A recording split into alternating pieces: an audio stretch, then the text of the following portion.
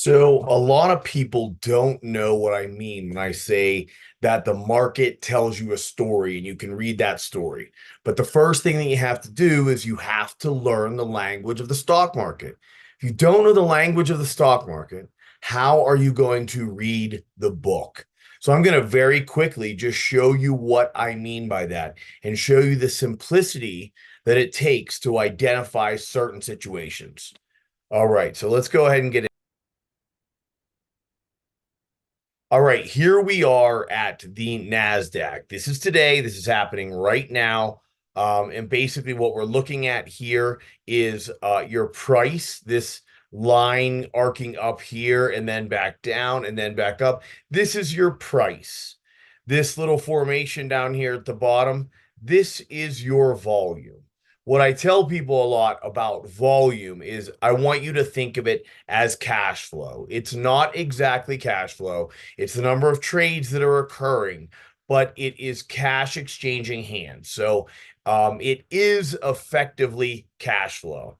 What I want to talk about here is exactly what we see going on. So, what we see going on is on this long chart, this is a monthly chart.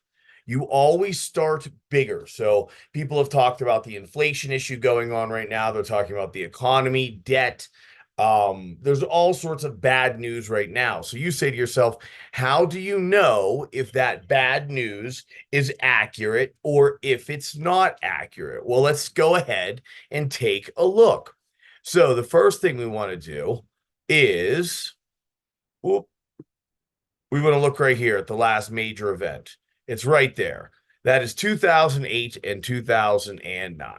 Okay, right there. That's where the line is pointing. And what we want to know is right now are the big guys, the institutional traders, the big pension funds, hedge funds, banks, trading desks. Are those people, are they active right now? Are they afraid? Do they see a reason to be afraid?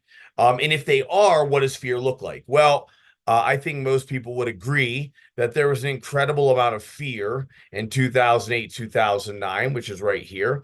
I think many people would also agree that from the year 2000 to 2007, we went through the tech bubble. The tech bubble burst, and then people were buying and selling. So there was even reasonable volume behind 2008, 2009 on the NASDAQ itself. So you're still seeing higher volume, but let's go ahead and take a look when we're talking about volume. Let's go ahead and take a look at what average volume most likely is, right? So, and you don't have to be wild about this. That's probably the average volume, right? And that's up until today.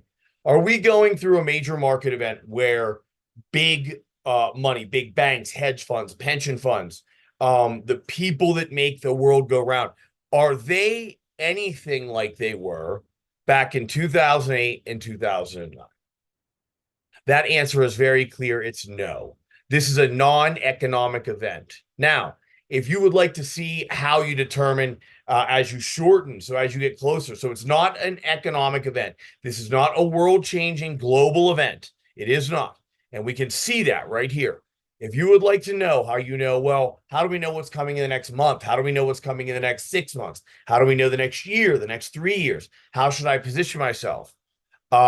Please go ahead and head on over to my website, prometheaninvesting.com, and check it out. Promethean investing.com. Here, I can actually put it up for you.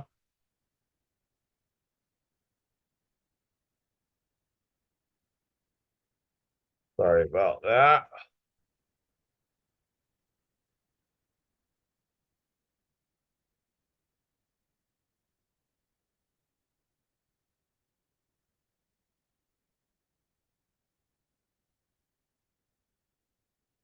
And there you go. There is a link to my site. I have courses on there that will show you how to get your answers in a closer perspective. But I did let you know that, right now we are not in an economic event. And we know that because the biggest guys that run Wall Street and the world, for that matter, are not out there trading.